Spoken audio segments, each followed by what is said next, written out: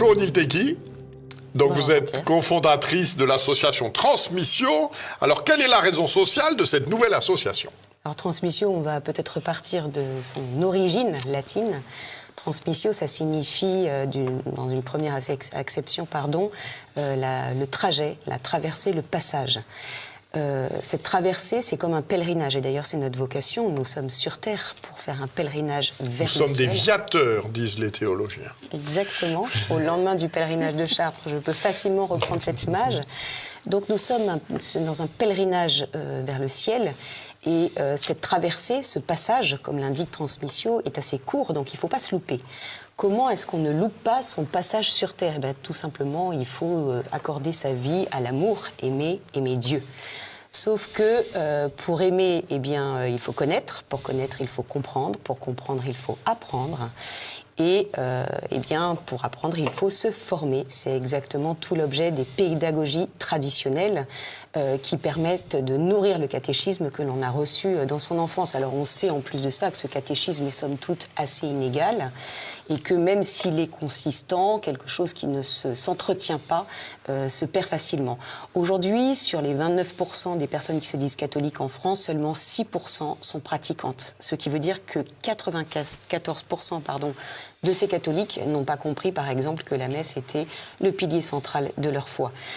C'est dire toute l'absence de formation qu'ont un certain nombre de catholiques, et c'est toute la raison d'être de Transmissio qui veut accompagner les familles dans leur formation pour mieux réaliser leur passage terrestre en pèlerinage vers le ciel.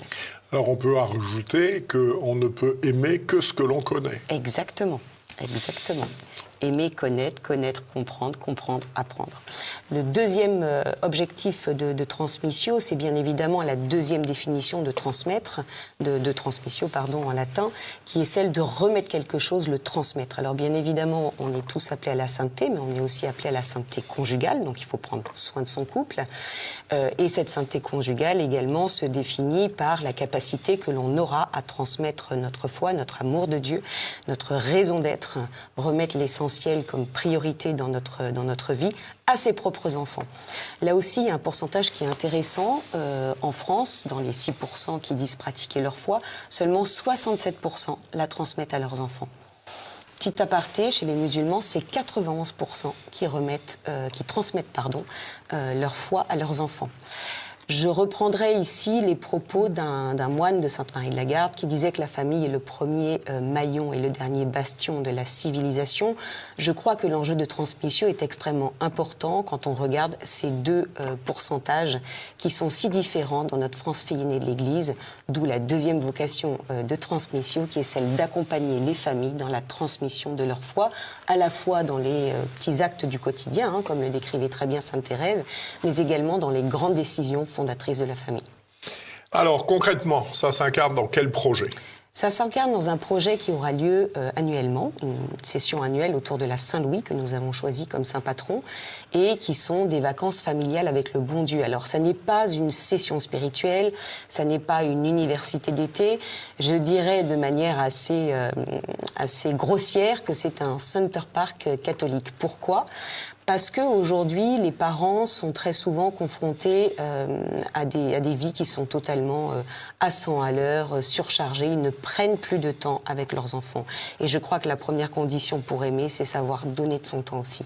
Donc, Transmissio propose des vacances familiales où on va pouvoir prendre le temps de rire, de jouer, de s'amuser avec ses enfants. Ça, c'est très important, c'est l'après-midi. Et le matin, on va répondre à notre premier objectif qui est celui de former. Donc le matin est véritablement dédié uniquement au bon Dieu, avec une messe quotidienne, messe pour les enfants, messe pour les parents, qui vont permettre à toutes les mères de famille de pouvoir suivre la messe, sauf la messe du dimanche qui reste toutes les familles réunies.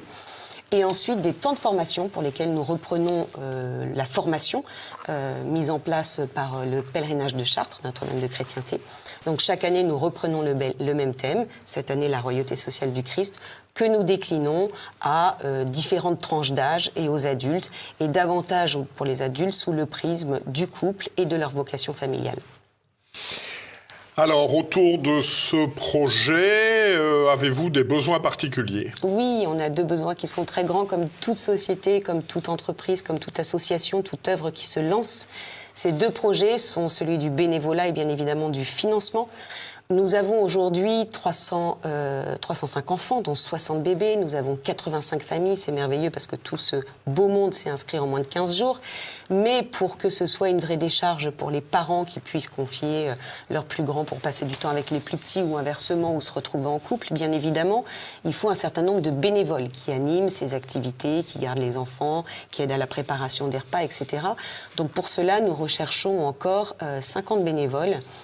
On les choisit plutôt de 17 à 30 ans, puisque alors ils vont avoir une vraie vie communautaire, des enseignements, des temps conviviaux également entre eux, mais plutôt 17-30 ans tout simplement pour qu'il y ait une belle homogénéité entre eux et qu'ils forment eux-mêmes une belle promotion qui aura le plaisir de se retrouver d'année en année. Ça, c'est le premier point. Le deuxième, c'est le financement. Pourquoi ? Parce que nous avons établi volontairement des tarifs très bas pour pouvoir permettre de rendre cette grâce de vie commune accessible à tous et pouvoir vraiment ne pas cultiver l'entre-soi, mais accueillir des familles d'origines très diverses ou des familles nombreuses dont la maman ne travaille pas, etc. Et que bien évidemment, il y a à la fois cet aspect de pouvoir participer au financement de ces vacances familiales et puis tout simplement toute la logistique, le son, la location du lieu, la lumière, les déplacements des intervenants, etc.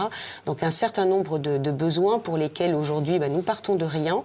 Et donc c'est un énorme appel public que nous faisons à cette aide parce que Transmissio, ce ne sont pas que de simples vacances, c'est pas qu'un événement, c'est véritablement une vocation d'accompagner les familles pour qu'elles ne perdent pas. Alors pour reprendre Saint Matthieu qui dit « vous êtes le sel de la terre », que deviendra le plat globalement si le sel perd de sa saveur. Nous, ce que l'on propose, et c'est une situation, me semble-t-il, d'urgence aujourd'hui, c'est de permettre aux familles de garder tout leur sel et de le transmettre. Oh, c'est beau. Alors, pouvez-vous nous rappeler la date, le lieu et les moyens de vous contacter? Alors, la date du 20 au 24 août 2025, toujours autour de la Saint-Louis, cette année c'est ces jours-là. Le lieu, c'est en Sologne, au domaine de Chalès. Très central, ce qui permet vraiment à toute la France de pouvoir venir en tant que bénévole cette année, en tout cas, nous retrouver et nous contacter. C'est sur le site transmissio.org, O-R-G à la fin, je le précise. Et là, il y a tous les formulaires et pour donner et pour proposer ces services.